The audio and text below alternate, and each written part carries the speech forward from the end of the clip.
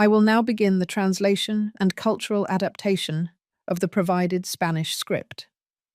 All of the user's detailed instructions will be followed, including changing names, locations, currency, and cultural references to fit an American context. The output will be a full, continuous narrative in a natural American English style. Never go to that ranch, Ellen. Promise me. Those words, spoken with an uncharacteristic intensity, were one of the few demands my husband, Frank, ever made during our 24 years of marriage. I always honored his wishes, even when curiosity gnawed at me during the rare moments he would mention his childhood on a property in Los Angeles that he had left behind.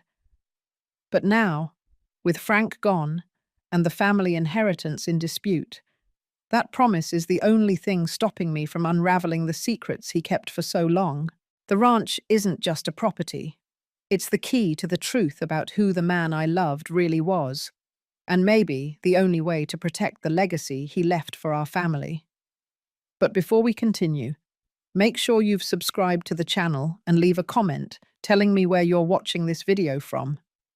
We love to know how far our stories are reaching.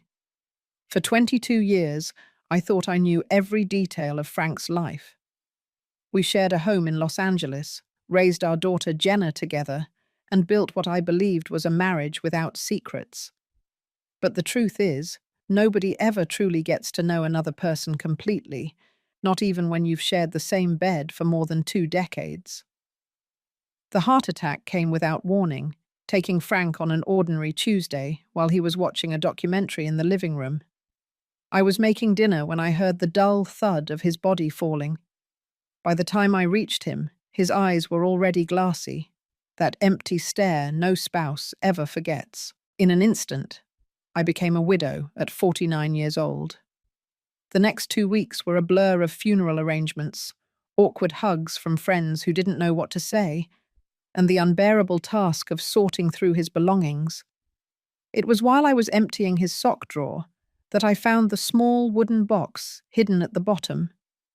Inside, an old brass key was tied to a keychain with a tree symbol I didn't recognize. "What key is this?" I asked the empty room, as if Frank could answer me. I had never seen that key in all our years together. 3 days later, I received a call that would begin to answer that question. "Mrs. Ellen Miller, this is David Foster, your husband's attorney." His voice was formal and professional. "We need to schedule a meeting about some assets that weren't mentioned in the initial inventory." The lawyer's office had that distinctive smell of old books and polished wood. David, a middle-aged man with thin-framed glasses, placed a folder in front of me. "Your husband purchased a property in the Arizona desert 4 years ago, a ranch called Golden Tree." He adjusted his glasses. According to the documents, he would visit the place regularly, claiming they were business trips. My throat went dry. Frank had never mentioned any property in Arizona. Our vacation trips were always to the coast or to visit family. The so-called business trips never seemed suspicious. His engineering firm often sent him on technical visits. This doesn't make sense," I managed to say. "Frank would have told me about a ranch." David slid a sealed envelope across the table.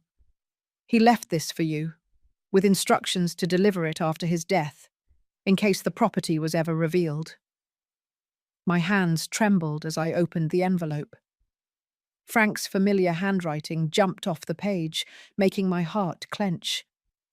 "My dearest Ellen, if you are reading this, it means I've gone too soon, and you've found out about Golden Tree. I know you must be confused and maybe hurt that I kept this a secret. It wasn't out of a lack of trust or love, but because I wanted to create something perfect before revealing it. The property is yours now. I ask only that you go, just once, before you decide what to do with it.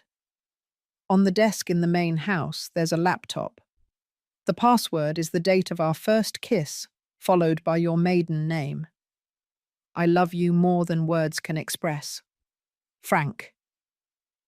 Tears ran down my face when I finished reading. A secret property? A mysterious laptop? What other secrets had Frank kept from me? The deed was automatically transferred to your name, David continued. But there's something else you should know. He hesitated. Frank's family in Arizona is contesting the will. Family in Arizona? My voice came out higher than I intended. Frank didn't have any family in Arizona. His parents passed away years ago and he was an only child. The lawyer adjusted his tie, visibly uncomfortable. Apparently, your husband had 3 half-brothers, sons from his father's second marriage, that Frank never mentioned. They claim that the purchase of the property was made with funds from the family inheritance that should have been divided. My world was crumbling. First a secret property, now a secret family. Who was the man I had shared my life with? The ranch is in the region where they recently discovered oil, David added, almost as an afterthought, which makes the dispute particularly complicated. I left the office with the old key weighing in my pocket like lead. I needed to see this place for myself, to understand why Frank had hidden so much from me for so long.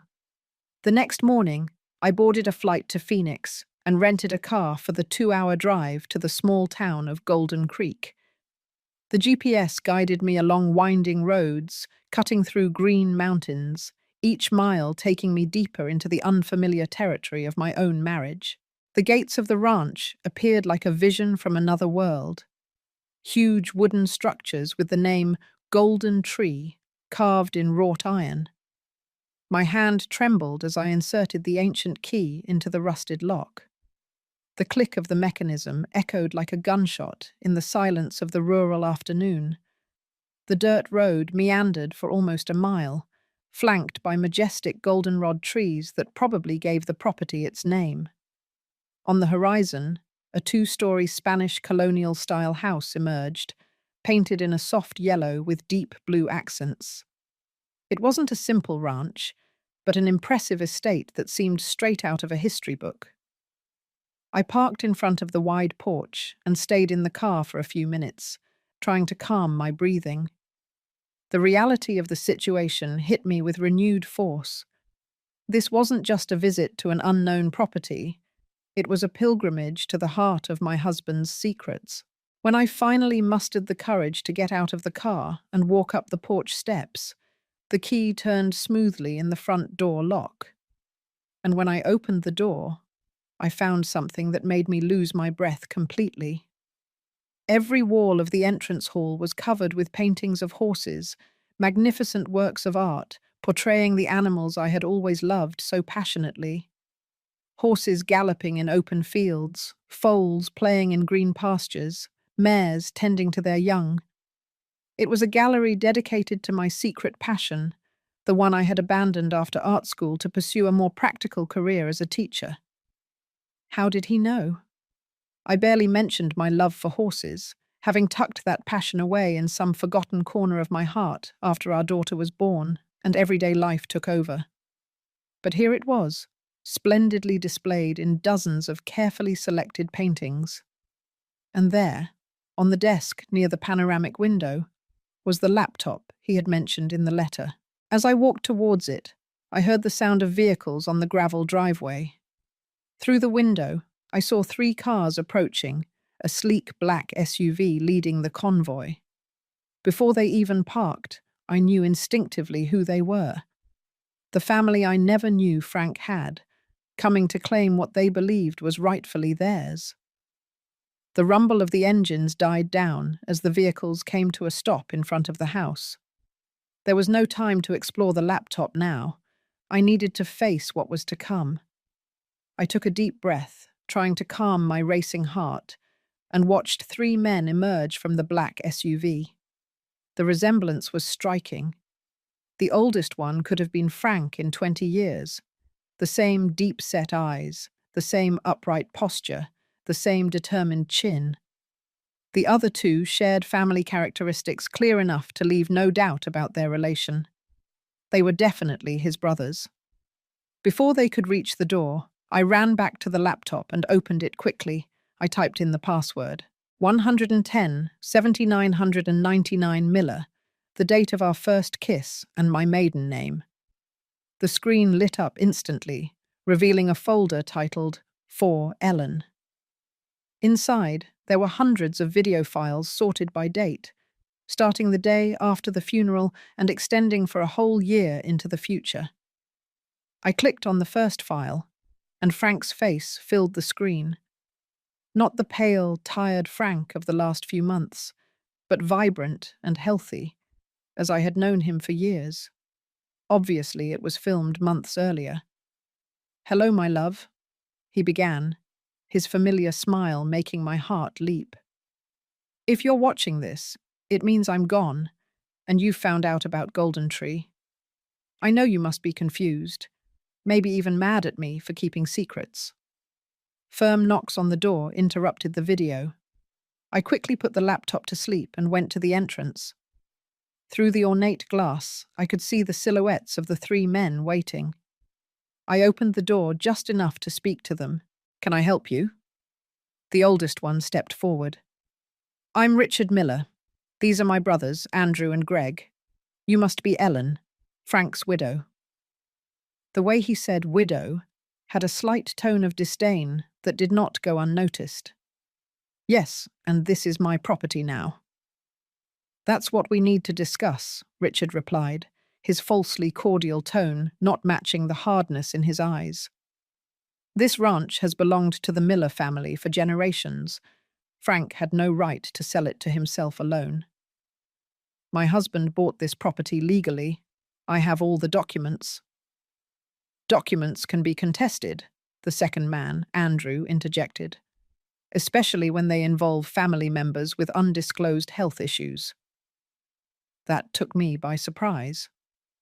"Health issues?" "Can we come in to discuss?" Richard asked, already moving toward the door as if my answer was irrelevant. "Actually, no. I'm tired from the trip and need some time to settle in. We can schedule for tomorrow." The three of them exchanged glances, clearly annoyed by my refusal. "Tomorrow, then, at 10. Richard reluctantly agreed.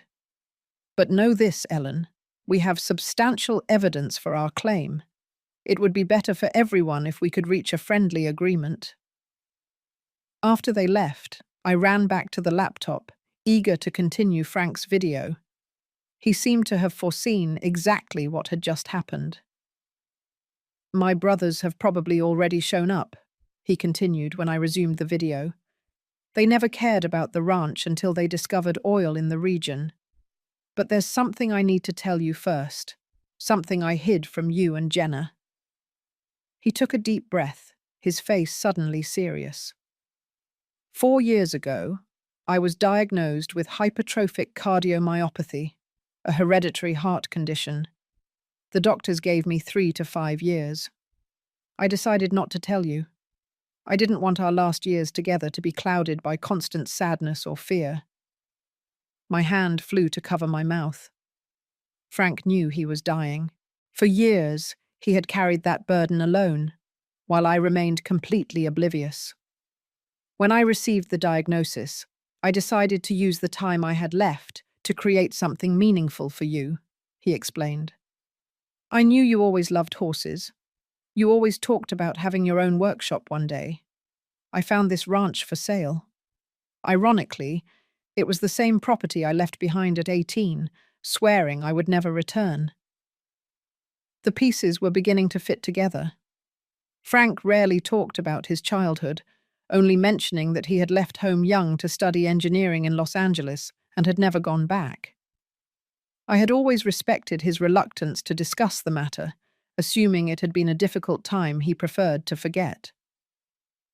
"I bought the ranch from my father before he died," Frank continued. "He was broke after years of mismanagement and alcoholism. He sold it to me for a fraction of the real value, making me swear to secrecy from my half-brothers, who still believed they would inherit it one day." Another secret revealed. Frank's father hadn't died when he was a teenager, as he had always told me. There was a whole family narrative I was completely unaware of. The ranch was in ruins when I bought it, just as it was in my childhood, he said. But this time, I had the resources to transform it. On every business trip in the last few years, I was here, supervising the renovation, building something for you. The video continued, with Frank explaining how he had discovered the potential for oil on the property, how his brothers, who had always looked down on him as the bastard child of their father's first marriage, suddenly showed an interest in the ranch, how he had anticipated their attempts to contest the will. In the bottom drawer of the desk, there's a blue folder with all the necessary legal documents, he instructed. The ranch is unquestionably yours. I made sure of that. But whether you choose to keep it or sell it is entirely your decision. I built this place for you. I filled it with beauty for you, but I don't want it to become a burden. I opened the drawer and found the blue folder exactly where he had said. Inside, dozens of meticulously organized documents. The original deed, transfer records, tax payments, everything perfectly in order. One last thing, Frank continued in the video. In the stables, you'll find 4 horses, all the breeds you always admired. The team I hired will continue to take care of them, whether you want to be here or not. They are my final gift to you. The video ended, leaving me in tears. Frank had created this secret refuge not out of selfishness, but as a final act of love. He knew he was dying, and instead of burdening me with that reality, he channeled his energy into creating something beautiful for my future without him. I decided to explore more of the property before dark. I went out the back door and followed the stone path that wound through meticulously planned gardens until it reached the stables.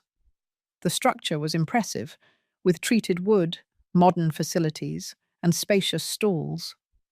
An older man emerged from one of the stalls, wiping his hands on a rag. "Mrs. Ellen?" he asked, greeting me respectfully. "I'm Thomas, the ranch manager. Your husband talked about you a lot." He talked about me? All the time. He said you had a special gift with horses, something he never quite understood. My heart ached again. Frank had observed that passion in me, even when I had buried it under the responsibilities of adult life. "The horses have been here for over a year," Thomas continued, guiding me through the stables. "Your husband chose each one personally. That black Lusitano was especially difficult to find. He said it looked like a horse in a painting you loved." Tears blurred my vision again. Frank was referring to a painting by Stubbs that I had admired at an exhibition almost 15 years ago. A small, casual comment he had held on to all this time. "Did he talk about his health?" I asked tentatively. Thomas hesitated. "Not directly, but in the last few months, he worked like a man racing against time, always adding more details, more improvements, as if he knew his deadline was running out." As I admired the horses, another piece of the puzzle clicked into place. Frank had never shown a special interest in horses during our marriage, but he had always supported my occasional visits to ranches or equestrian events. Now I understood. He had his own history with those animals. "Thomas, did Frank have horses here as a child?" The man smiled sadly. "Only one.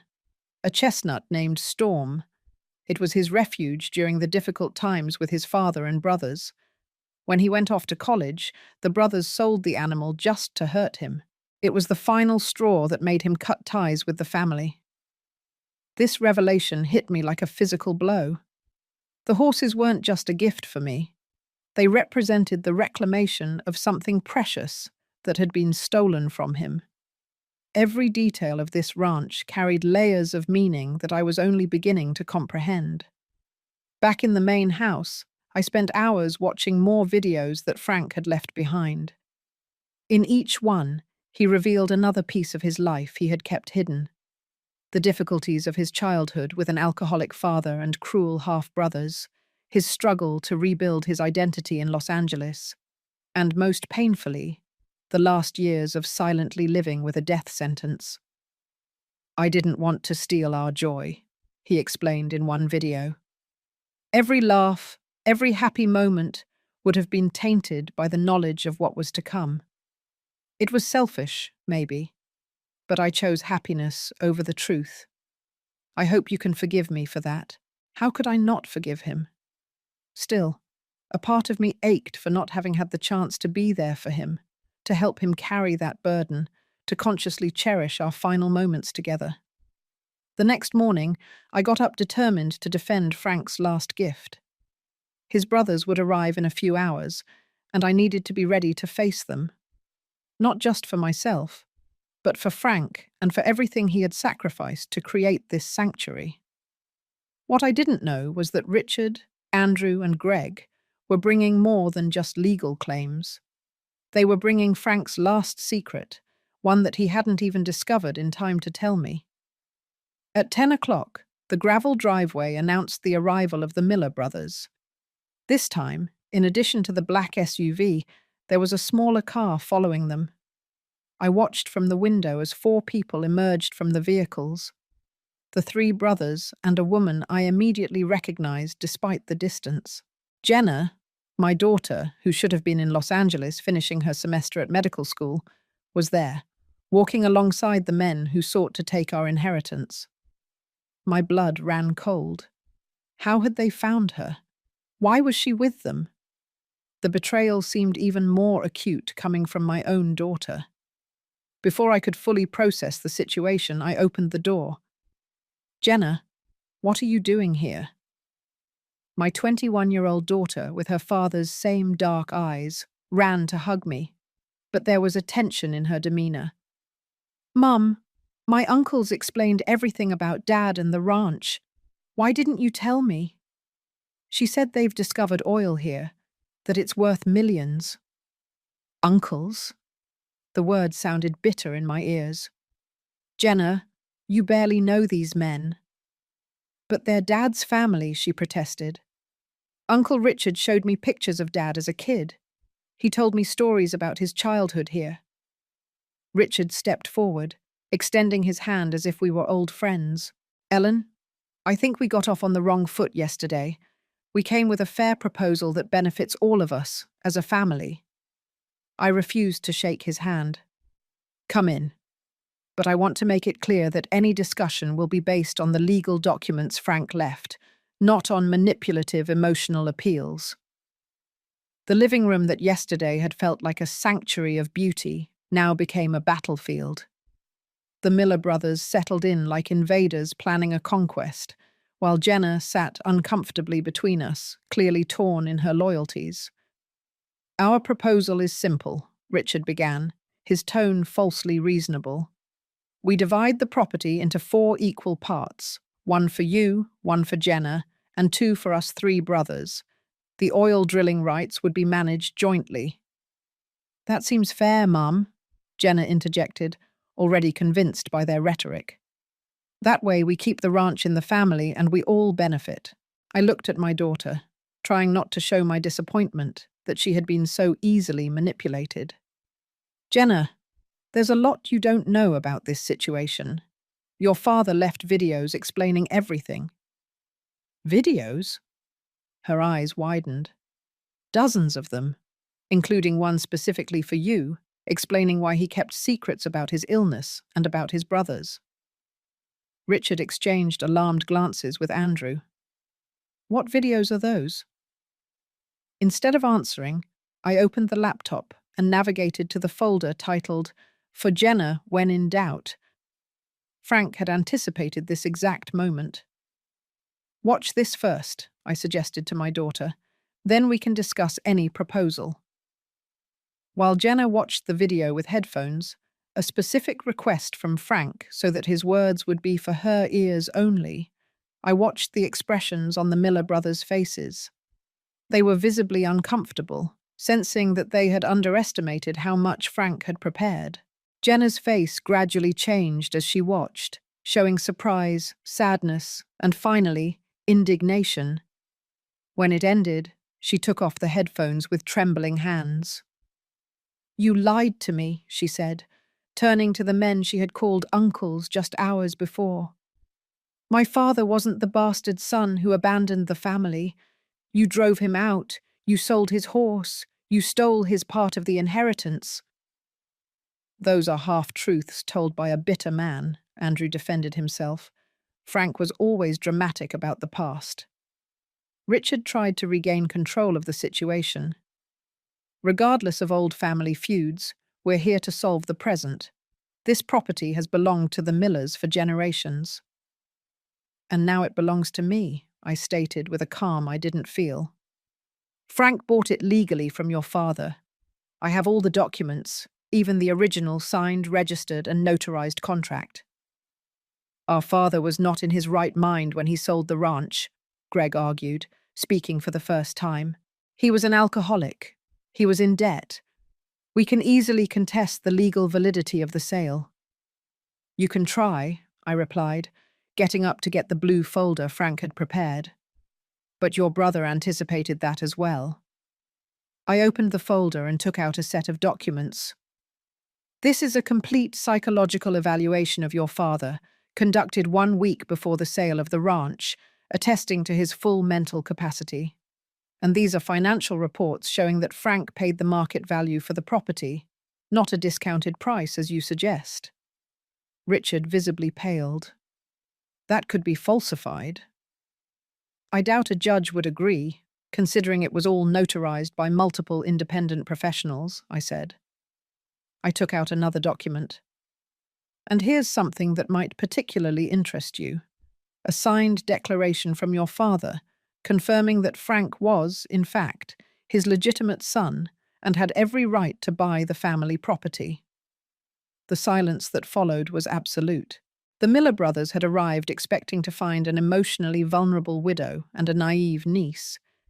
Instead, they were facing an impenetrable wall patiently built by Frank over the years. "That's not all," I continued, pressing my advantage. "Frank discovered the potential for oil long before any public announcement. He hired geologists who did a complete mapping of the property." I took out another set of documents, detailed maps showing reserve estimates, quality analysis, and value projections. The eyes of the three brothers widened as they realized the extent of the information Frank had gathered. "Most of the oil isn't in the eastern section of the property, where the companies are currently drilling," I explained. "It's in the western section, in the seemingly worthless hills, which you conveniently excluded from your fair proposal." Andrew adjusted his tie, visibly uncomfortable. "That's speculation." "3 independent evaluations agree," I retorted. "The real value of this property is approximately 5 times greater than what you're suggesting in negotiations." Jenna, who had remained silent during this exchange, finally spoke. "You tried to use me to get to my mom. You talked about honoring my dad's memory while trying to steal what he built for us." "That's not exactly it," Richard tried to argue, but his position was already clearly weakened. "I ask you to leave my property now," I stated firmly.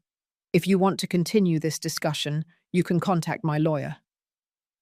For a moment, I thought Richard was going to protest. His face hardened, his eyes darkening in a way that reminded me unsettlingly of Frank's father in the few photographs I had seen. But then, with a sharp gesture, he got up. "This isn't over, Ellen." "Actually, Richard, it is," I replied, keeping my voice controlled. Frank made sure of that. After they left, Jenna collapsed on the couch, the tears finally coming. "How could I be so stupid, Mum? They called me right after the funeral, saying they were Dad's family, that they wanted to get to know me, to share memories of him I never had." I sat next to her, putting my arm around her shoulders. "They played on your grief, honey. They used your vulnerability and your desire for a connection with your father. Don't blame yourself for that." "Dad knew he was dying," she whispered. "This whole time. Why didn't he tell us?" He didn't want our last years together to be defined by anticipated mourning, I explained, repeating the words Frank had shared in the videos. He wanted us to live fully, not to wait for the inevitable. That afternoon, I showed Jenna the stables, introduced her to the horses, and we walked around the property that her father had so lovingly restored. Thomas accompanied us, sharing stories about the ranch's transformation over the past few years. Mr. Frank worked tirelessly on this place, he told Jenna. Every detail had to be perfect, because he said you and your mother deserved only the best. In a particularly moving moment, Thomas led us to a gentle hill overlooking the entire property. There, in the shade of a 100-year-old goldenrod tree, we found a small bronze plaque set in a stone. Storm, my first friend and my greatest teacher. May this land be a refuge for others as you were for me. That was his horse when he was a boy, Thomas explained softly. He had this memorial made in the first month after he bought the ranch. Jenna knelt in front of the plaque, touching the engraved letters with her fingers. I never knew Dad had a horse. He almost never talked about his childhood. Some pains are too deep to be expressed, I replied, understanding now the extent of the wounds Frank had silently carried. In the following days, Jenna and I continued to watch the videos Frank had left. It was like having him back, even if it was just in digital images. He had created messages for specific dates, birthdays, graduations, even for Jenna's future wedding. Each video revealed another aspect of his love for us and another piece of the puzzle of his secret life. But the peace wouldn't last long. 2 weeks after our confrontation with the brothers, I received a call from David, the lawyer. Ellen, Richard Miller has filed a lawsuit formally contesting the will and the property transfer. They're claiming that Frank was mentally incapacitated when he bought the ranch, due to his medical condition. That's absurd, I protested. Frank was perfectly lucid until his final moments. It's a delay tactic, David explained. They don't expect to win. They just want to create enough legal complications to force you into a settlement. The idea of a long legal battle frightened me. Jenna would need to go back to college in Los Angeles in a few days, and I would have to face this alone. Even with all the documentation Frank had left, the prospect of fighting 3 determined men with substantial resources was intimidating. That night, as I watched another video from Frank, he seemed to be answering my unspoken concerns. I know it seems scary, Ellen, he said, his face serious. My brothers never liked to lose. But there's something I haven't shown you yet. Something that will guarantee your safety in case they decide to take things to the extreme. He instructed me to find Thomas and ask him to show me the contingency file. What I found took my breath away. In the oldest barn on the property, behind carefully stacked hay bales, Thomas revealed a hidden door that led to an underground basement. The lights came on automatically as I went down the stairs, revealing a space that could only be described as a war room. On the walls, detailed maps of the property marked with the precise locations of oil deposits. In meticulously organized files, there were incriminating documents on each of the Miller brothers, records of tax evasion, market manipulation, and misappropriation of client funds. Frank had gathered an arsenal of information that could destroy all 3 men's careers and reputations. Mr. Frank was a cautious man, Thomas observed as I leafed through the documents, stunned. He said he would never use this unless they forced him to. He called it family betrayal insurance. How did he get all this? I asked, marveling at the extent of the investigation. Years of patience and planning, Thomas replied. After he discovered the illness, he became even more methodical. He said he wouldn't be here to protect you and your daughter, so he needed to leave you the tools to protect yourselves.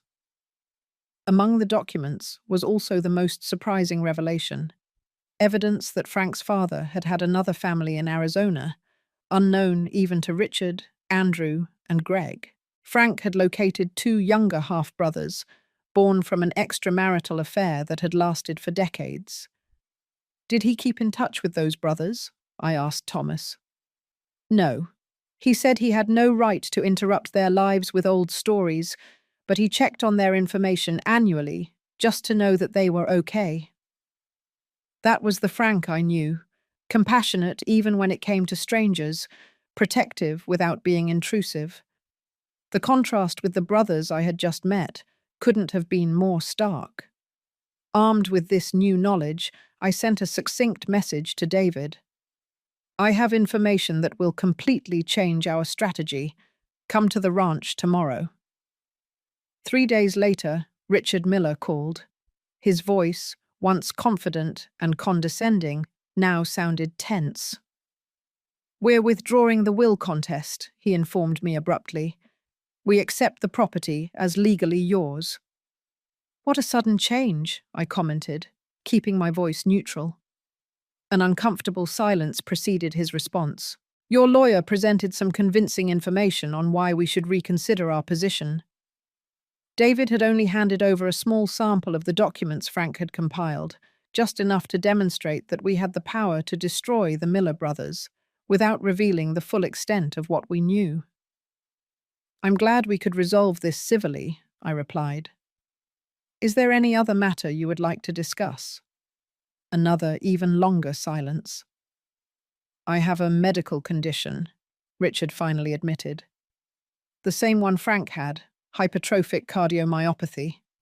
I need a partial liver transplant, and our family's blood type is rare. Your other brothers aren't a match. Jenna might be.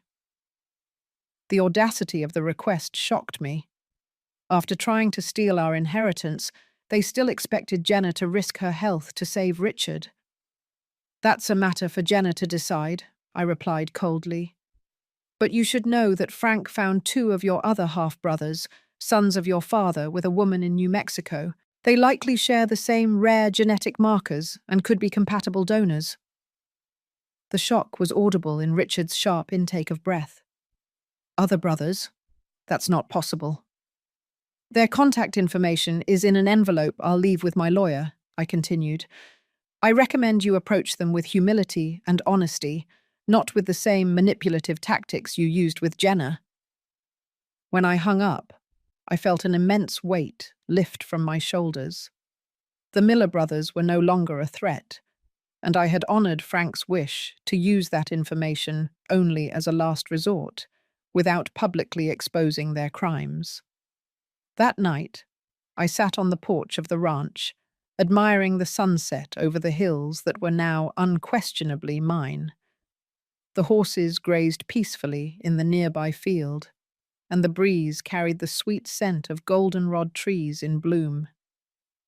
We did it, Frank, I murmured to the orange-tinted sky.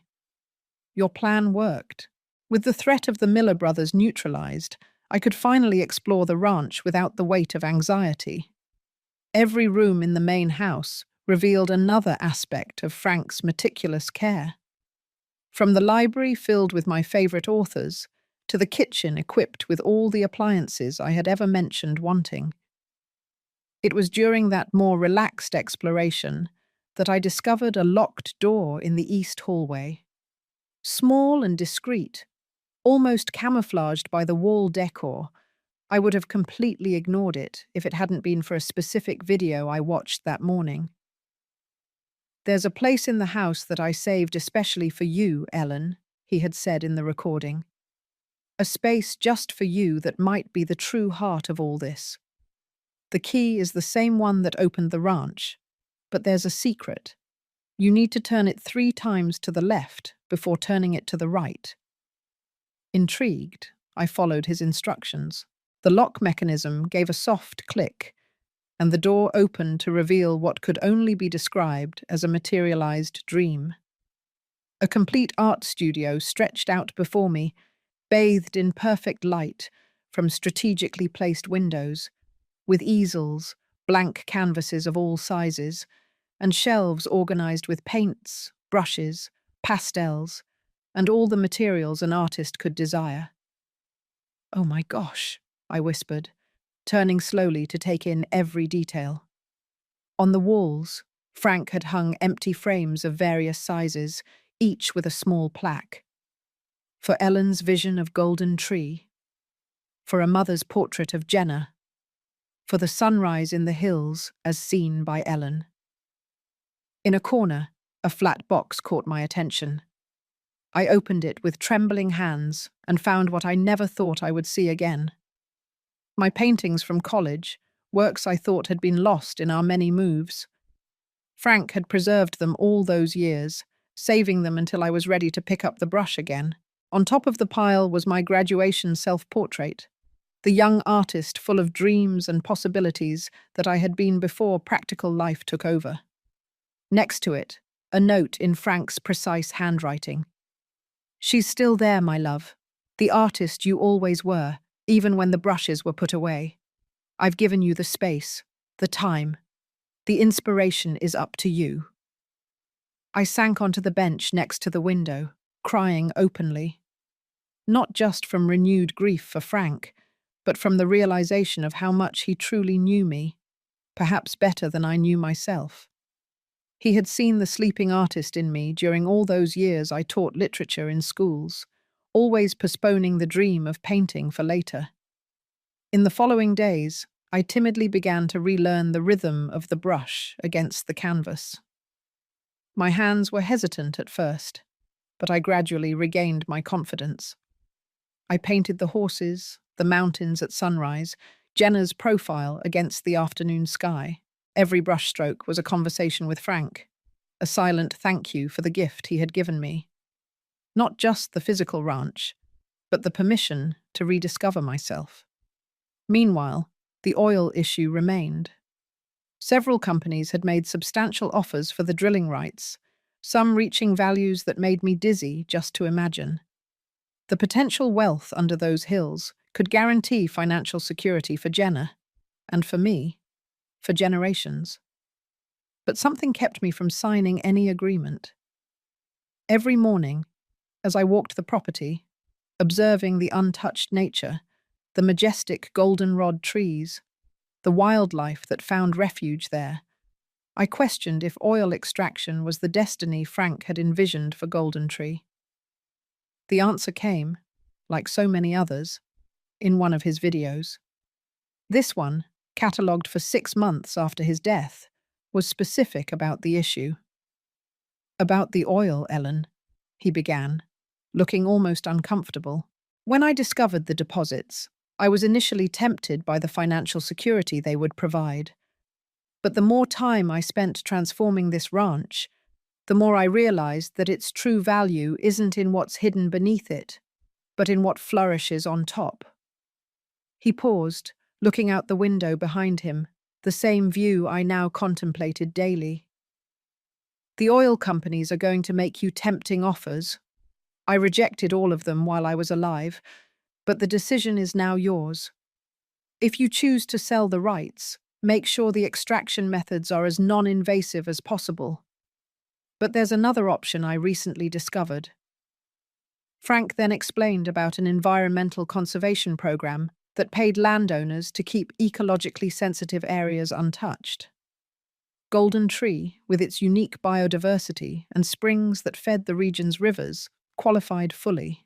"The payments are less than the potential value of the oil," he admitted, "but they're enough for you to live comfortably, maintain the ranch, and maybe even expand the horse breeding if you wish. And most importantly, the land would remain untouched, a refuge just as it was for me when I was a boy." 2 days later, I definitively rejected all the oil offers and began the process of registering Golden Tree as a private environmental reserve. The decision brought a sense of peace that no amount of money could provide. It was then that Thomas approached me with another surprising revelation. "Mr. Frank left one more unfinished project," he explained, leading me to a set of small buildings near the entrance of the ranch, away from the main house. He began renovating them in the last few months, but he didn't have time to finish. The 5 rustic cottages were in different stages of renovation. Frank had begun transforming them into cozy cabins, each with a view of a different area of the property.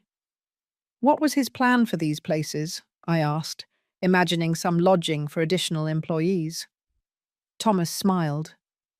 He wanted to create a small retreat for artists, a place where painters, writers, and musicians could spend seasons creating, inspired by nature. He talked about how you always supported emerging artists when you were teaching, how you felt the lack of places like this when you were young.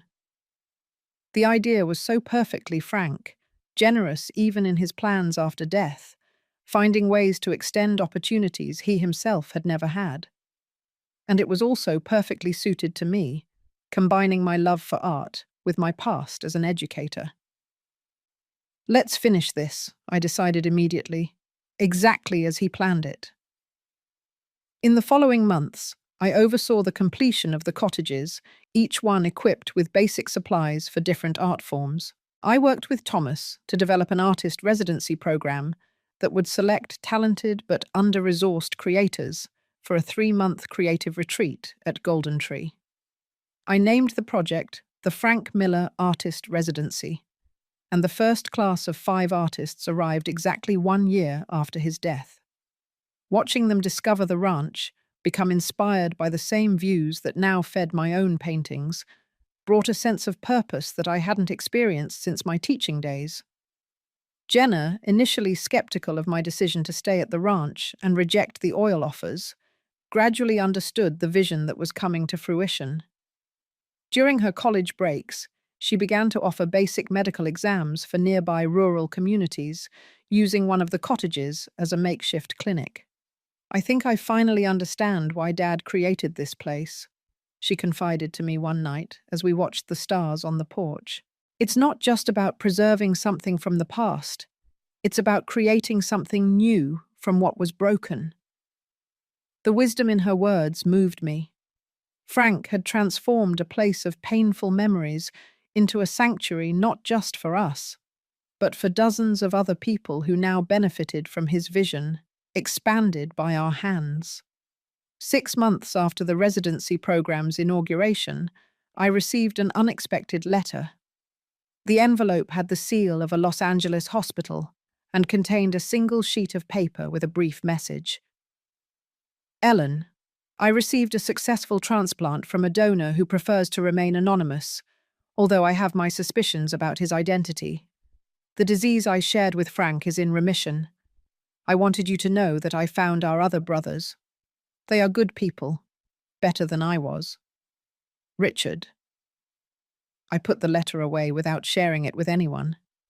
Some cycles need to close quietly, without fanfare or public recognition. If Jenna had decided to donate part of her liver to save the uncle who had tried to harm us, that was a personal choice she had made without feeling the need to discuss it. Forgiveness, as I was learning, sometimes manifests in silent acts that require no witnesses. In my studio, I started a new series of paintings, not just of the horses or landscapes of Golden Tree, but portraits of Frank based on frames from the videos. In each canvas, I captured a different aspect of him: the meticulous planner, the devoted lover, the protective father, the man with invisible wounds who never let them make him bitter. I usually painted at sunset, when the golden light flooded the studio and created that ethereal quality that only exists for a few precious minutes. Sometimes I had the strange feeling that he was there with me, watching with silent approval as I reclaimed the artist who had been dormant for so long. "I'm painting again, Frank," I once whispered to the empty studio. "You always knew I would, didn't you?" The gentle wind rustled the curtains, as if in response, and in that moment, I realized that Frank had given me more than a ranch, more than financial security, more than a second chance at art. He had given me a new way of living, not as a survivor of a devastating loss, but as the guardian of a legacy of love that continued to grow and evolve even after he was gone. Golden Tree wasn't just a physical place. It was the materialization of Frank's deep knowledge of me, a love so attentive that it anticipated my needs and desires before I even recognized them. And now I was doing the same for others, creating space for artists to discover their own voices, just as Frank had done for me. Time has a strange quality when you're grieving. The first months drag on endlessly, each day a battle just to get up and keep going. Then, all of a sudden, you realize a whole year has passed in the blink of an eye. It was with that surprising awareness that I faced the last video of the initial series Frank had prepared. A message for the first anniversary of his death. Jenna had come from Los Angeles especially so we could watch it together. Sitting side by side on the living room couch, with the gentle autumn rain drumming against the windows, we watched the familiar face appear on the screen. "Hello, my loves," Frank began, his gentle smile so painfully familiar. "If you're watching this, it means you've survived the first year without me, perhaps the hardest of all. I hope the daily videos helped, that my presence, even if virtual, softened the path." We exchanged emotional glances, Jenna and I. The videos had been anchors on stormy days, small oases of connection when Frank's absence seemed unbearable. From now on, the videos will be less frequent, one per month in the next year, then only on special occasions. Not because my love has lessened, but because I know you're finding your own way. My constant presence may eventually become more of a hindrance than a comfort. His wisdom, even in this respect, was impressive. Frank had understood that his daily voice, if it continued indefinitely, could prevent us from moving forward. However, there is a final folder on the laptop that I haven't revealed yet. It's titled, "When You're Ready." It contains only one video, and you'll know when the right time is to watch it. The message continued with precious memories, reflections on our time together, and hopes for our future. When it ended, Jenna and I remained silent for long minutes, each absorbed in private thoughts. "Do you think we're ready for the final video?" Jenna finally asked.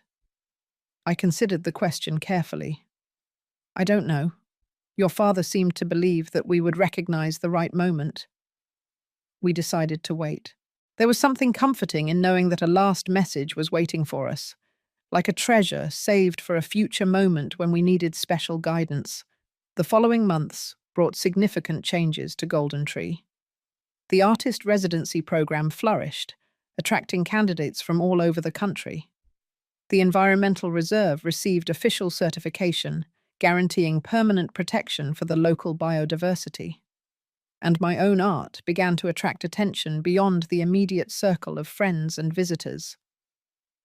It all started when Monica Sanchez, a renowned art critic who visited the ranch to learn about the residency program, saw my paintings in the studio. "These works have a quality I don't see often," she commented, studying my series of portraits of Frank. "There's an emotional honesty, a duality between loss and celebration that is deeply moving." 2 weeks later, I received an invitation to exhibit at the gallery she managed in Los Angeles. The idea of sharing my very personal art with the world was simultaneously terrifying and exciting. I had never imagined returning to the art world I had abandoned decades ago. "What do you think your dad would say about this?" I asked Jenna during a video call, showing her the invitation. Her response was immediate and confident. "He would be absolutely thrilled, Mum. Wasn't that the whole point of this place? To bring the artist back to the world?" I accepted the invitation. The months of preparation were intense, selecting works, creating new pieces specifically for the exhibition, and confronting all the doubts and insecurities that arose. On the opening night, I was stunned to see a line forming outside the gallery. The exhibition, titled "Golden Tree: Portraits of an Announced Love," attracted critics, collectors, and art lovers who seemed genuinely moved by the story behind the works. "Your paintings capture something rare," an influential critic commented. "The transformation of grief into celebration, the documentation of a love that transcends even death." In the midst of the bustle, I noticed 3 men observing discreetly from the back of the gallery. Richard, Andrew, and Greg Miller. Our eyes met briefly. Richard gave a slight nod before the three of them quietly left. No words were exchanged, no formal acknowledgement was needed. Their presence was simultaneously a white flag and an admission that Frank had won in every way that mattered. When I returned to the ranch after the successful exhibition, I found a letter from the university hospital where Jenna was studying medicine. They were interested in establishing a partnership with Golden Tree, using part of the property for an equestrian rehabilitation program for children with special needs. Your husband's horses could serve a purpose beyond beauty, the program director wrote. They could become instruments of healing. The proposal seemed so perfectly aligned with Frank's vision that I could almost hear his voice approving the idea. In less than 6 months, we built specialized facilities, trained the horses, and received the first group of children. Watching those little faces light up during the hippotherapy sessions, seeing confidence grow in previously withdrawn children, brought a new dimension to Golden Tree. The ranch was becoming not only a refuge for artists, not only an environmental sanctuary, but also a place of healing. It was on one afternoon, after a particularly touching session with a little girl who had spoken her first words during equestrian therapy, that I knew it was time. Jenna was visiting that weekend, and as I shared the story of the little patient during dinner, I saw the same recognition in her eyes. "We're ready," she said simply. That night, after dinner, we opened the laptop and located the folder. When you're ready, the single file contained a recording different from all the others. Instead of the office or the library where Frank usually filmed, the video showed him standing on the hill where the memorial to Storm now was. "Hello, my dears," he began, the wind gently ruffling his hair. He was visibly thinner than in the other videos, probably filmed in the more advanced stages of his illness. "If you're watching this, it means Golden Tree has become more than a property. It's become a home, a mission, a purpose, and it means you're ready for the final secret I kept." He looked directly at the camera, an intensity in his eyes that made me hold my breath. "When I bought this ranch, I didn't know about the oil. I bought it for the horses, for the space for Ellen to paint, for the peace I never found here as a boy. But a few weeks later, while I was walking around the property, I found something buried near this goldenrod tree." Frank moved to the side, revealing a small wooden box in his hands. "It was my mother's journal. My father said she died in childbirth, but I discovered she ran away when I was only a few months old. Not out of a lack of love for me, but out of fear of the man my father had become." Jenna squeezed my hand, both of us absorbing this revelation. In this journal, she describes how she hid something of great value on the ranch before leaving, not for herself, but for me, for when I grew up. Something my father searched for obsessively for years, until drinking finally destroyed his health. Frank carefully turned the pages of the journal. Instead of immediately revealing the discovery, she brought it home to properly document it. When she realized she needed to flee my father, she hid everything on the ranch, planning to return when it was safe. But she never got that chance. She died in an accident a few years later, before she could retrieve the items or find me. Frank looked back at the camera, his eyes shining with emotion. "Using the map and instructions in the journal, I found the place. It's intact, sealed exactly as she left it. I didn't take anything out, because this discovery rightfully belongs to the National Historical Heritage. But I wanted you to know, the true treasure of this land was never the oil. It's a lost piece of our history, preserved by an extraordinary woman I never had the chance to know." He closed the journal carefully, returning it to the box. "In the secret drawer of the main desk, you will find this box with the journal and the map. The decision on what to do with this discovery is yours now. But I suggest you complete the work my mother started. Make sure these artifacts get to the place where they belong, where they can be studied and appreciated by future generations. When the video ended, Jenna and I remained silent for a long moment, processing this final revelation. Then, as if moved by the same impulse, we got up and went to the desk. The secret drawer opened easily when pressed in the right spot, revealing the wooden box identical to the one we saw in the video. The journal was fascinating. The detailed observations of a passionate scientist were mixed with the concerns of a desperate young mother. Frank's mother, Elizabeth, described her discovery with academic precision. A set of documents and small artifacts from a 17th century Jesuit mission that had been completely erased from historical records, possibly due to conflicts with the Spanish crown at the time. The documents suggest that the mission housed indigenous people who had escaped slavery, I read aloud to Jenna. Elizabeth believed this could rewrite the history of indigenous resistance in this region. The map was detailed, marking a specific spot in the western hills of the property, coincidentally the same area where the largest oil deposits were located. Now I fully understood why Frank had been so firm about protecting that land. "We have to look for this tomorrow," Jenna suggested, her eyes shining with the same curiosity that always animated her father's gaze. The next morning, we carefully followed the map through the most remote area of the ranch. The marked spot was under a peculiar rock formation, partially hidden by dense vegetation. It took us almost an hour to locate the entrance, a small natural opening in the rock, artificially widened and then cleverly disguised. What we found inside left us speechless.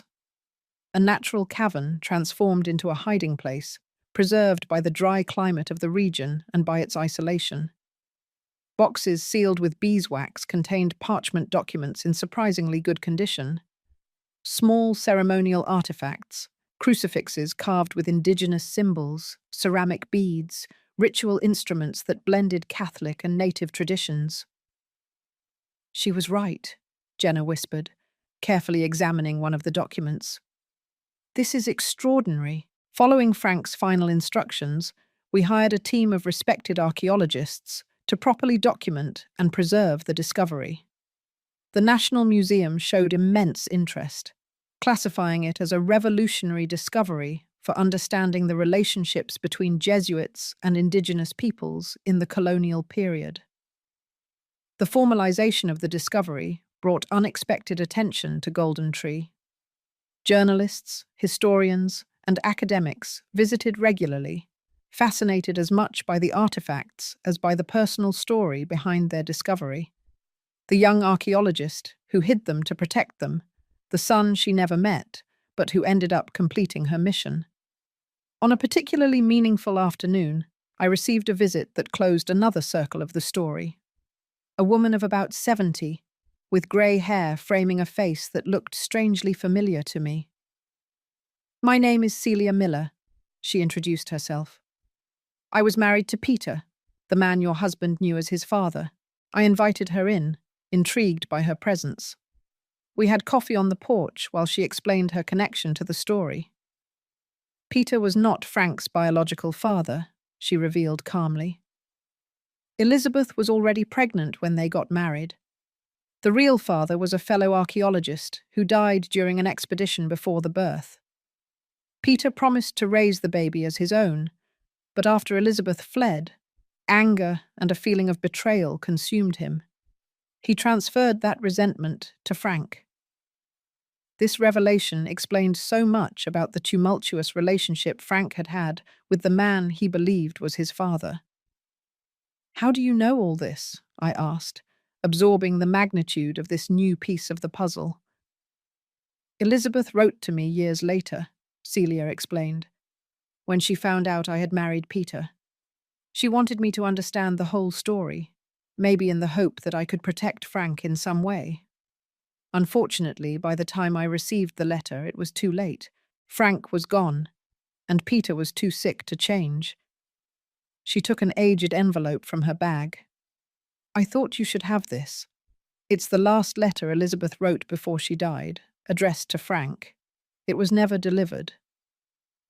I accepted the envelope with trembling hands, feeling the weight of those never-read words, of that maternal love never fully expressed. "Do you think Frank suspected?" I asked. "About his biological father?" "I don't know," Celia replied honestly. "But I think it's significant that he followed his mother's path in a way. They both preserved precious things for the future. They both protected what mattered, even if it was in silence." After Celia left, I sat in the studio with the unread letter, uncertain what to do. Part of me felt I should preserve it along with the journal and the artifacts. Another piece of this extraordinary story. Another part believed that the words of a mother to a son were too sacred to become objects of an exhibition. Finally, I decided to share it only with Jenna, the only other person with a rightful claim to this part of Frank's history. When she arrived for her monthly visit, we read it together by candlelight in the studio. Elizabeth's words were of regret, explanation, and above all, love. She described how she had tried to return for Frank years later, only to find that Peter had moved without a trace. How she had spent years searching, until illness prevented her from continuing. "What hurts me the most," she wrote, "is knowing that you may have grown up believing you weren't loved. I want you to know that every day away from you was agony, that my last thought will be of you, my son, hoping that you have found happiness and purpose even without my presence." We cried together, Jenna and I, for all the lost connections, for the silences Frank carried, for the mother he never knew loved him so deeply. But there was also a strange sense of completeness. The circle was finally closing, the secrets were coming to light. "Dad did it, didn't he?" Jenna reflected, wiping away her tears. "He transformed all these broken stories into something whole." "Yes," I agreed, looking out the window at the ranch that was flourishing under our stewardship.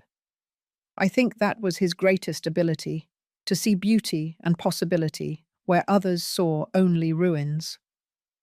In the following months, Golden Tree expanded its mission even further. In addition to the artist residency and hippotherapy program, we developed an educational center in partnership with universities, focused on the indigenous and colonial history of the region. The discovered artifacts, now properly preserved at the National Museum, were reproduced for educational purposes, allowing students and visitors to understand the importance of the Jesuit mission and its significance to the history of the United States. My art continued to evolve, inspired not only by the natural beauty of the ranch, but also by the layers of history and meaning we continuously uncovered. I started a new series, Personal Archaeologies, exploring how objects and places carry memories and stories invisible to the casual eye. One afternoon, while I was painting in the studio, I received an unexpected call from Richard Miller. "Ellen." His voice sounded different, less arrogant, more thoughtful. "I'm calling to inform you that we are formally dissolving any legal challenge related to Golden Tree. The documents are being sent to your lawyer." "Thank you for letting me know," I replied cautiously. There was a pause. "I also wanted to thank you." He continued to surprise me. "The information about our other brothers changed a lot of things for me, for all of us. Did you find them?" "Yes, they're remarkable people. They didn't deserve to be denied as they were. We're trying to build some kind of relationship now." After hanging up, I reflected on how Frank's secrets continued to create ripples of transformation, even after his death. The brothers who had tried to usurp his inheritance were now facing their own family truths, possibly finding some redemption in the process. As the second year without Frank approached its end, I realized that something fundamental had changed. Grief was still present, a silent companion that would probably never completely leave me, but it no longer defined me. Golden Tree was no longer just the last gift of a deceased husband. It was a living, evolving organism, nurtured by many hands, many stories, many intertwined purposes. On a particularly glorious spring morning, I found myself back under the 100-year-old goldenrod tree, where Frank had placed the memorial for Storm. The horses grazed peacefully in the field below, the green hills stretched to the horizon, and the distant sound of laughter came from the educational center, where a group of children was learning about the history of the artifacts. "Look at what we built from what you started," I murmured to the air, scented with goldenrod flowers. "I hope you're proud." A gentle breeze rustled the golden leaves above, making small yellow petals rain down around me like cosmic confetti. I'm not particularly superstitious, but in that moment, I felt deeply that Frank was responding in his own way. I returned to the studio with renewed inspiration, starting a new canvas. Not a portrait of Frank this time, but a self-portrait. The woman I had become, stronger, wiser, standing firm in a field of goldenrod trees, looking not at the past, but at the horizon of possibilities opening up before me. 5 years have passed since I found Frank's secret key. Golden Tree flourished beyond any expectation, transforming into a vibrant cultural, educational, and therapeutic center that benefited thousands of people annually. The artist residency program was now nationally recognized, with a 2-year waiting list.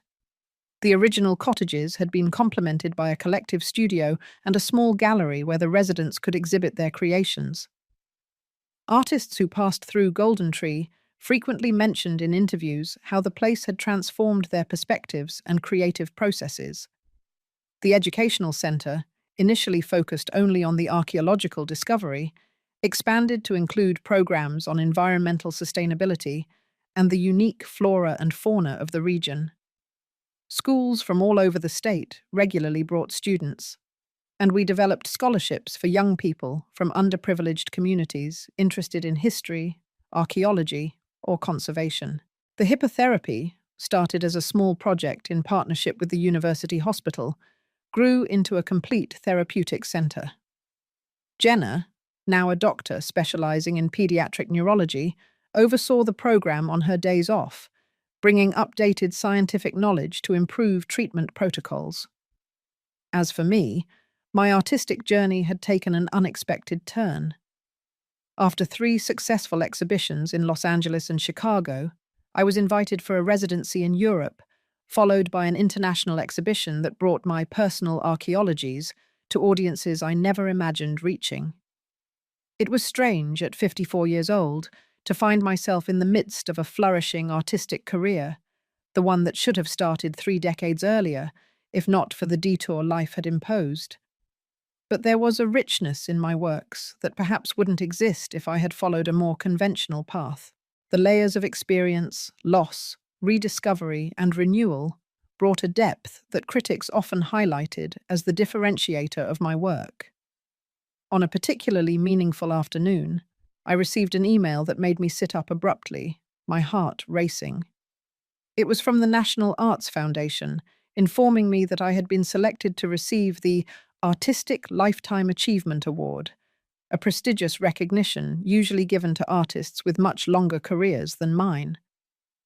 Your unique journey, starting in youth, interrupted for decades and re-emerging with extraordinary force, represents the persistence of creative drive, the notification said. Your story and work serve as an inspiration for artists of all ages who face interruptions or detours in their creative paths. As I absorbed those words, my gaze wandered to the portrait of Frank that held a place of honor in the studio. Not one of the ones I had painted, but a simple photograph of him smiling, taken in our backyard in Los Angeles, a few years before his illness. It seemed as if he was smiling directly at me, sharing this moment of validation. "You always knew, didn't you?" I murmured to the photograph. "You always believed this day would come, even when I had completely given up." The awards ceremony coincided with the 6th anniversary of Frank's death. Initially, I considered asking for a postponement, reluctant to associate a celebration with such a painful date. But then I reconsidered. What more fitting way to honor the man who had restored my art than to receive this recognition on the day that marked his physical departure? Jenna accompanied me to the event in Los Angeles, dazzling in a navy blue dress that enhanced her increasing resemblance to her father. At 27, she combined Frank's practical determinations with my artistic sensibility, a perfect synthesis of the two of us. During my acceptance speech, I spoke openly about the journey that had led me there, the abandoned, youthful dreams, the years of teaching that, although gratifying, had left a creative void, and the devastating loss that, paradoxically, had opened the way for my artistic rebirth. My late husband Frank used to say that our greatest gifts often come disguised as our greatest losses, I shared with the attentive audience. He transformed a property of painful memories into a sanctuary that now benefits hundreds of people annually, and through that transformation, he allowed me to finally rediscover myself as an artist. After the ceremony, amidst the congratulations and glasses of champagne, Jenna pulled me into a quiet corner. "I have something to tell you," she said, a special sparkle in her eyes. "I'm pregnant." The news hit me with a wave of contradictory emotions: immense joy for the new life, sadness that Frank wasn't here to meet his grandson, and astonishment at how quickly life continued to move forward. "It's a boy," Jenna continued. "I want to name him Frank." I hugged my daughter, speechless to express everything I felt. A new Frank would enter our lives, bringing continuity to a story that seemed to have been brutally interrupted. That night, in my hotel room, I dreamed of Frank. Not a distressed dream of loss, like the ones that tormented me in the first year after his death, but a quiet, comforting presence. He was smiling, proud, as if to say, "See, life goes on in ways we can't foresee, but always with beauty." Upon returning to Golden Tree, I found a new energy to implement projects I had been considering for months. The first was the creation of scholarships for single mothers who wanted to go back to school or explore artistic careers. I named it the Elizabeth Program, in honor of Frank's mother, who never had the chance to resume her own career. We also started the construction of a specialized library on art, Indigenous history, and environmental conservation, open not only to residents and program participants, but to the entire local community. It was important to me that Golden Tree never became an isolated enclave of privilege, but remained rooted and accessible to the region that housed it. As little Frank grew in Jenna's belly, I began a special series of paintings documenting the waiting. Not just conventional pregnancy portraits, but visual explorations of continuity, of renewal, of the way time folds in on itself when generations overlap. When he was born, on a winter morning, I was the first person Jenna called. I rushed to the hospital in Phoenix, driving through the night with my heart full of anticipation. Holding that small bundle for the first time, I looked for my Frank's features on his face. "He has his father's chin," Jenna commented, exhausted but radiant, "and that dimple on the left side when he smiles." In the months that followed, I watched fascinated as small gestures and expressions of my late husband occasionally crossed the baby's face. A concentrated gaze, a particular way of frowning when he was annoyed. Genetically impossible, of course, since little Frank did not share blood with his namesake grandfather. Still, there were moments when the resemblance seemed so strong that it made me freeze for a moment. "It's just your imagination, Ellen," I would tell myself. "The mind sees what it wants to see." When the baby was almost 1 year old, Jenna decided to move permanently to Golden Tree. Her work at the hospital in Phoenix could be combined with remote research and supervision of the therapeutic center at the ranch. I want Frankie to grow up here, she explained, using the affectionate nickname we had already adopted for little Frank. Surrounded by art, nature, history, everything Dad valued. The main house, once so vast for just me, gained new life with the constant presence of Jenna and my grandson.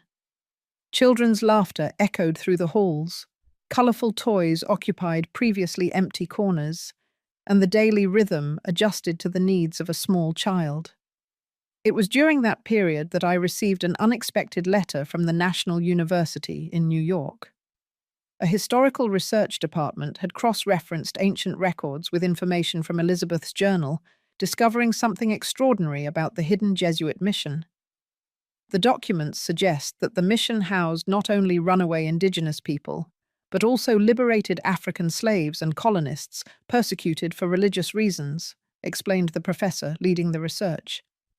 It represented a unique experiment in a multicultural community, right in the colonial period, actively challenging established power structures. This revelation elevated the historical importance of the discovery even further. Historians now considered the mission of the Santa Fe Refuge, as it was formally named based on the documents, as evidence of previously unknown intercultural resistance in colonial America. An unexpected consequence was the renewed interest of indigenous and African American communities in the region, who saw in the mission's history a validation of their own narratives of resistance. We began to receive requests for educational visits, and soon developed a specific program to share the story with these groups, always respecting their primary right to connect with this past. On one of those visits, I met Mrs. Jones, an elderly African-American woman whose knowledge of medicinal herbs and traditional practices was legendary in the region. After exploring the educational exhibition about the mission, she led me to a quiet corner. "This land was always special," she said simply. "Our ancestors knew its secrets. It's a good thing you're taking care of it now." Her words confirmed what I had already felt intuitively, that our stewardship of Golden Tree was not mere possession, but a form of temporary guardianship of something much older and more significant than our individual lives. One afternoon, while I was supervising the expansion of the library, Thomas approached me with a worried expression. "The Millers are here," he reported. "The 3 brothers, plus 2 people I don't recognize." My body instantly filled with tension. Despite the formal dissolution of any legal dispute, the unexpected arrival of the 3 brothers very rarely meant good news. I found them in the main garden. Richard, Andrew, and Greg, accompanied by a man and a woman who shared unmistakable family features. "Ellen," Richard stepped forward, extending his hand. "I apologize for the unannounced visit. We wanted to formally introduce you to Roger and Mary, our brothers from New Mexico." The newly discovered half-siblings came forward, smiling shyly. Mary, especially, had the same kind of eyes as Frank, deep, thoughtful, with small wrinkles at the corners when she smiled. "It's an honor to meet you," Mary said softly. "We've heard so much about this place and the incredible work you've done here." The initial tension dissipated as we walked around the property, showing them the various ongoing projects. The 5 Miller siblings, 3 that Frank had known and rejected, 2 that he never had the chance to meet, seemed genuinely impressed with the transformation of Golden Tree. During coffee on the porch, Richard explained the real purpose of the visit. After we reconciled with Roger and Mary, we began to reflect on our family legacy, he said, exchanging glances with the other brothers. We realized that we wasted decades on petty resentments and greed, while Frank, even having suffered more than all of us, chose to create something positive. Andrew continued. "We decided to establish a family foundation to support causes related to historical and environmental preservation. We would like the first project to be a partnership with Golden Tree." The proposal they presented was substantial. Funding to significantly expand the educational center, allowing us to host more students from underprivileged communities and develop training programs in archaeology, environmental conservation, and the arts. Why? I asked directly, still cautious despite the apparent sincerity. After everything that happened? It was Greg, traditionally the quietest of the three, who responded. Because Frank was right, he said simply.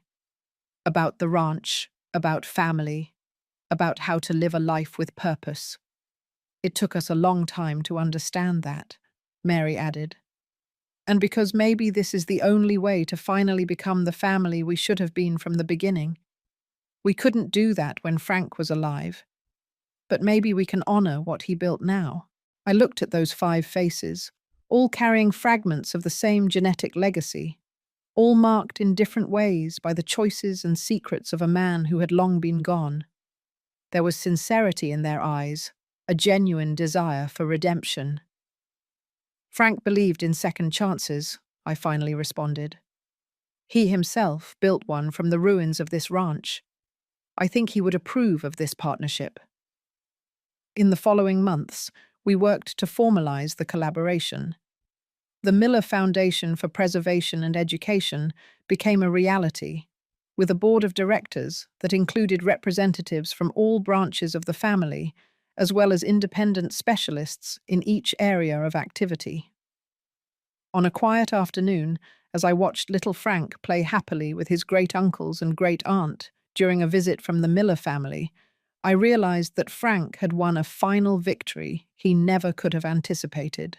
He had not only protected his material legacy and fulfilled his dreams for the ranch, but he had inadvertently catalyzed the healing of family wounds that spanned generations. That night, I took out the laptop where I still kept Frank's videos. Although I rarely watched them now, I would occasionally return to them at significant moments.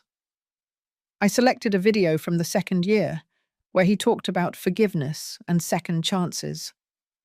Sometimes, Ellen, he said, his serene face filling the screen, the best kind of revenge is simply living well, not wasting energy on resentments. My brothers may have tried to harm me, but my true victory was building a life so full of love and purpose that their actions lost all power over me. I closed the laptop, thoughtful. Frank had never imagined that his brothers would find redemption. He had never planned that Golden Tree would become the catalyst for the reconciliation of his entire fragmented family. But somehow, the impulse for healing that he had started continued to expand in ever-widening circles, touching lives he hadn't even known. It was a kind of immortality that no monument could provide. The continuous, positive transformation resulting from choices made with love, even in the face of loss and suffering. 10 years after finding the mysterious key among Frank's belongings, Golden Tree had been completely transformed. What began as a secret refuge for a man who knew he was dying became a vibrant cultural, educational, and therapeutic center that benefited thousands of people annually. The partnership with the Miller Foundation allowed for expansions I never would have imagined possible.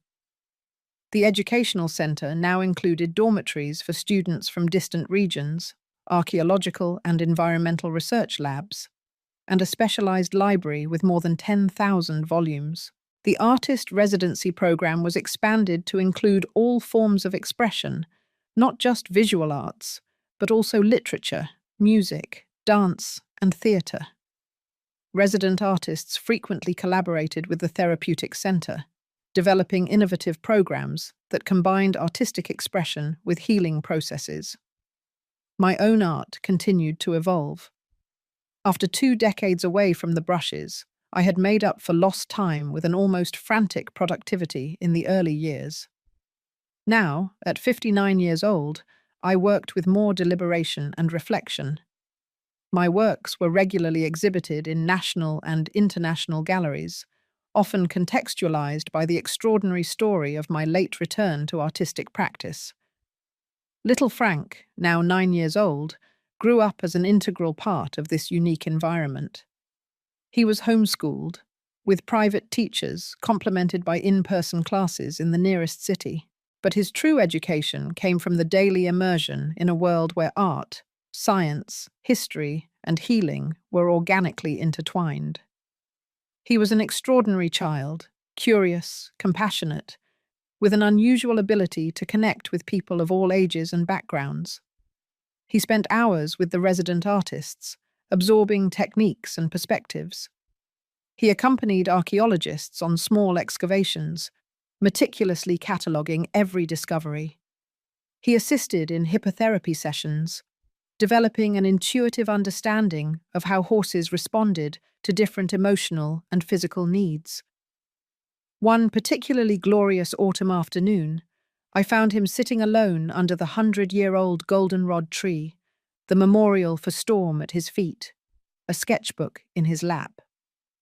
"What are you drawing, Frankie?" I asked, sitting down beside him. He showed me a surprisingly skillful sketch for his age, the black Lusitano horse, the one Frank had chosen especially because it resembled the painting I had admired years ago. "I'm practicing horses," he explained seriously. "I want to paint like you one day." Something in the way he held the pencil, in the angle of his head as he critically evaluated his own work, was so reminiscent of Frank that it brought a lump to my throat. This child, who had never known his namesake grandfather, seemed to have inherited not only his name, but also fragments of his spirit. "Did Grandpa like to draw?" he asked casually, adding details to the horse's mane. "Not really," I replied, smiling at the memory. "Your grandpa was an engineer. He drew plans and projects, but he said he didn't have a talent for creative art. His admiration for art was as a viewer, not a creator." "But he built all this," the boy argued, gesturing broadly toward the property that stretched around us. "The house, the stables, the educational center. Isn't that art too?" The simple and profound perspective took me by surprise. "Yes," I replied slowly, considering the idea. "I think it is. Your grandpa saw potential where others saw only ruins. He imagined beauty where there was only pain. Maybe that's the essence of any true art." Frankie nodded, satisfied with this answer, and returned to his drawing. I looked over his shoulder and saw that he was painting the 100-year-old goldenrod tree with the memorial for Storm visible below. But he had added something, a figure sitting under the tree, just a silhouette, but clearly a man observing the ranch below. "It's him," Frankie explained, noticing my gaze. "Grandpa Frank, watching everything you guys built." A wave of emotion washed over me, not the sharp pain of loss that had dominated me in the early years, but something more complex, richer, a understanding that Frank lived not only in our memories, but in the structures he had created, in the programs we had developed from his initial vision, in the values that Frankie was now unconsciously absorbing.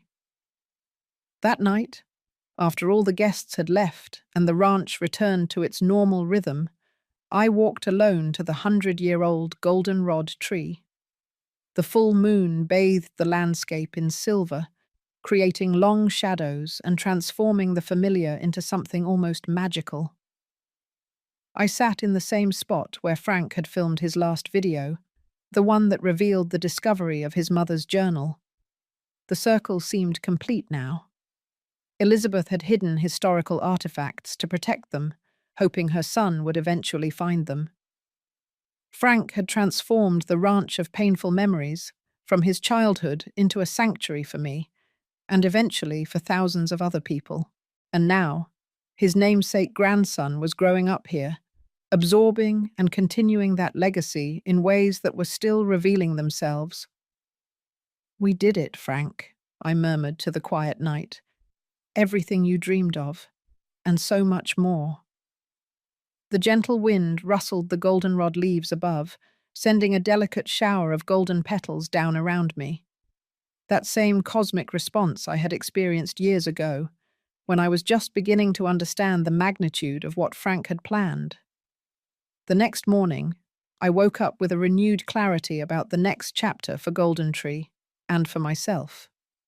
During breakfast, I shared my thoughts with Jenna. I've been thinking about expanding the art scholarship program, I explained, specifically for people in life transitions, those who gave up on creative dreams out of necessity and are now trying to rediscover them. Jenna smiled, understanding immediately. People just like you were. Exactly. I've been thinking about all the Ellens out there, people with dormant talents, interrupted by circumstances, responsibilities, expectations. How many potential artists, writers, musicians never find their way back? It's a wonderful idea, Jenna agreed. We can develop a specific residential program, maybe combined with mentorships to help them navigate the return to their creative fields.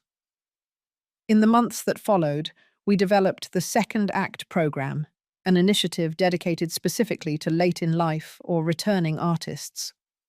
The response was overwhelming, with hundreds of applications from people whose stories resonated with aspects of my own journey. A 67-year-old woman who had given up sculpture to raise 3 children alone, now returning to clay with arthritic but determined hands. A 55-year-old former banker who was finally pursuing his passion for photography after a cancer diagnosis went into remission. A 70-year-old retired professor trying to complete the novel he had started in his youth. Working with these re-emerging artists, I discovered a new dimension to my own practice. It was no longer just about creating my own works, but about facilitating the creative rebirth of others. The process brought a deep satisfaction that rivaled the pleasure of my own artistic achievements. On one significant night, while reviewing the applications for the next class of the program, I came across a name that made me pause. Celia Miller, the second wife of Frank's father. At 86 years old, she wished to return to the poetry she had abandoned 6 decades earlier. I was silenced by a difficult marriage, she wrote in her application. Now, in the twilight of my life, I want to reclaim my voice, maybe understand my own choices better through writing. Her acceptance into the program closed another circle. The woman who had tried without success to protect the young Frank from his father's resentment would now find her own creative rebirth in the sanctuary he had created. The 10th anniversary of Frank's death was approaching, and with it, an important realization. I no longer watched his videos regularly, not because I loved him less, but because his presence had transformed from something I sought externally to something that lived within me, in the decisions I made, in the way I saw the world. Still, on the eve of that anniversary, I felt an impulse to re-watch a specific video, the last of the regular series filmed to mark the end of the 2nd year after his departure. I sat in my studio, the soft lights creating an almost reverential atmosphere, and opened the familiar file. "Hello, my love," Frank began, his serene face filling the screen. "If you're watching this, we've completed 2 years of our post-mortem conversation, 2 years in which I tried to accompany you through grief, offering the comfort I could in these pre-recorded videos." He paused, looking directly at the camera as if he could truly see me on the other side of the screen, on the other side of time. "But now the time has come for us to change our relationship again.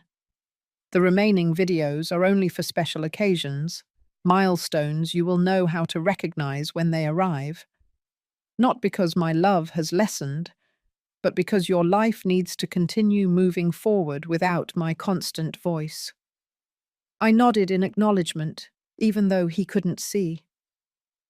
"Ellen, when I planned Golden Tree, I imagined a refuge for you, a place where you could rediscover your art and find peace after I was gone. What I couldn't foresee was how you would expand that initial vision, transforming it into something much greater than I ever dreamed." Silent tears ran down my face now, not from pain, but from a profound sense of connection across time and loss. My greatest wish was always that you would live fully, not just survive my death, but flourish despite it. That you would find purpose, joy, fulfillment. Seeing you now, across time, I know you've achieved that and so much more. How could he know? How could he have so accurately foreseen the trajectory my life would take? But that had always been Frank's magic, his ability to see potential where others saw only limitations. From now on, I trust that you will follow your own path, guided not by my recorded words, but by your own wisdom and vision. Golden Tree is yours to mold as you wish. What began as my final gift to you became your gift to the world. He smiled, that crooked smile that had always made my heart race, even after decades together. I loved you from the very first moment, Ellen, and I will continue to love you beyond the last. But now it's time for you to live completely in the present, no longer divided between our history and your future. You're ready. You always were. The video ended, the screen freezing on his smiling face. I remained sitting in the dark for a long time, absorbing his words, feeling the truth of them resonate within me. Frank was right. I was ready. I had been for some time. Ready to carry his legacy not as a burden of responsibility, but as a foundation upon which I would continue to build. Ready to exist fully in my own right, not just as the guardian of his vision. Ready to see Golden Tree not as Frank's final gift, but as a living, evolving organism to which many people, including me, had contributed. The next morning, exactly 10 years after finding the mysterious key among Frank's belongings, I woke up with a sense of peace and purpose that I hadn't felt since the beginning of our journey together. I dressed with care, choosing vibrant colours instead of the sober black that had dominated my wardrobe in the early years of mourning. At breakfast, Jenna noticed the change immediately. "You seem different today, Mum. Lighter." I smiled, pouring myself some coffee. "I watched your dad's last regular video last night, the one where he essentially frees me from our constant communication. And how do you feel about it?" "Strangely, I feel like a circle has closed, like we've completed something important together, even though we were separated by death." Frankie, swallowing his cereal, looked at us with curiosity. "Did Grandpa know all this was going to happen?" He gestured broadly, indicating the vibrant property around us. "Not exactly," I replied, considering the question carefully. "He planted the seeds. He created the conditions for the possibilities. But what flourished here came from many hands, many hearts, many minds." "Including ours," Jenna added. "Especially ours," I agreed. "Your dad gave us a start, but we, all of us, built something that he probably couldn't even imagine." After coffee, I walked to the studio and started a new painting. Not the series I had planned on the transformations of Golden Tree, but something completely different. An abstract representation of concentric circles in golden tones, interconnected, each one emerging from the previous one, expanding infinitely outward. It wasn't a portrait of Frank, nor a landscape of the ranch, not even an exploration of grief or loss. It was something new, a visual meditation on how love expands through time, how lives touch other lives in continuous waves of influence and transformation. As I worked, I felt a quiet certainty that Frank would approve of this new direction. Not because I needed his approval, but because we had arrived at this point together. He, through his meticulous plans and loving vision. I, through my determination to honor his legacy while creating my own. The key I had found among his belongings 10 years ago had opened much more than the gates of a forgotten ranch. It had opened a completely new path of possibilities, not just for me, but for all whose lives had been touched by Golden Tree. And as the afternoon sun bathed my studio in golden light, the same quality of light that Frank had carefully considered when designing this space. I felt not his absence, but his enduring presence in the world we had created together. Not as a ghost from the past, but as a living force of inspiration, transforming pain into beauty, loss into legacy, endings into new beginnings, an eternal cycle of renewal that would continue far beyond our individual lives. Frank's last promise had not just been the ranch, or the videos, or the financial security. It had been the promise of a future where I could not only survive without him, but flourish, creating, transforming, inspiring others, just as he had done for me. It was a promise that we had both fulfilled. Now, if you liked this story, click on the next video that's appearing on the screen, because in it, there's a story of betrayal and a twist like you've never seen before.